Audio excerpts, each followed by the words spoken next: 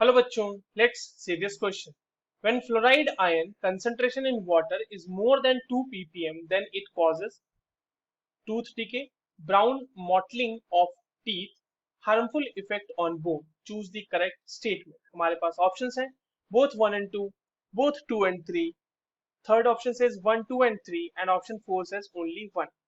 चलिए इस क्वेश्चन को सॉल्व करते हैं बच्चों, और सबसे पहले ये देखते हैं कि इस क्वेश्चन को सॉल्व करने के लिए हमारे पास कौन से की कॉन्सेप्ट की जानकारी होनी चाहिए।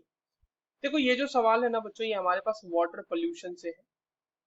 और वाटर पोल्यूशन को सिंपली इस तरह से समझ सकते हैं कि वाटर में अगर ऐसे अनवांटेड सब्सटेंस आ जाए जो उसको पीने योग्य ना छोड़े, यानी वो ड्रिंकिंग पर्पस के लिए यूज नहीं किया जा सकता है, तो हम बोलते हैं कि वो वाटर हमारा पोल्यूट हो चुका है।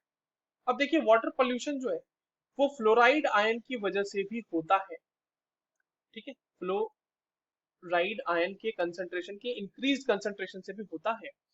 ठीक है, बट जो फ्लोराइड आयन का टोलरेबल लिमिट है, अगर हम इसके टोलरेबल लिमिट की बात करें, टोलरेबल लिमिट तो वो है 2 ppm।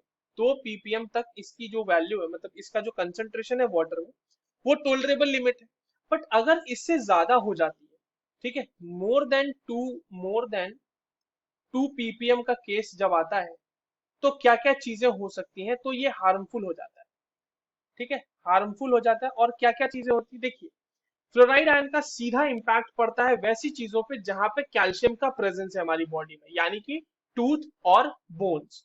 ठीक है, इसका सीधा इंपैक्ट कैसे करता है, ये बेसिकली क्या करने लगते हैं, they dissolve calcium present in the human body. Calcium जो प्रेजेंट होते हैं, कैल्शियम आयंस जो होते हैं प्रेजेंट, उनको डिसॉल्व करने लगते हैं ये बॉडी में। ठीक है, तो आप देखो इसकी वजह से क्या होगा, इफेक्ट कौन कौन से आपको देखने को मिलेंगे। एक तो टूथ डिके देखने को मिलेगा, ठीक है, दांतों का झड़ना जिसे हम बोलते हैं, अनटाइमली या फिर प्रीमेच्योरली जो है दांत जो है वो टूट जाते हैं।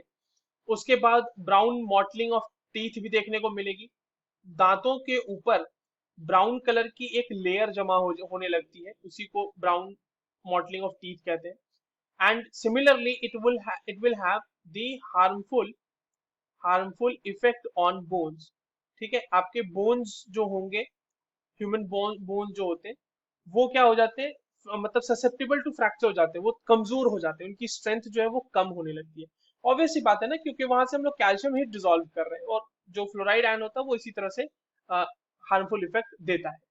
सो आपके पास जो 3 के 3 यहाँ पे दिए हुए हैं बच्चों, वो तीनों के तीनों कॉज होंगे, मतलब वो तीनों के तीनों हो सकते हैं अगर हम फ्लोराइड आयन का कंसेंट्रेशन 2 ppm से बढ़ा दें तो। So the correct statement for the correct option for the question will be option third, 1, 2 and 3। I hope you understood this well. All the very best.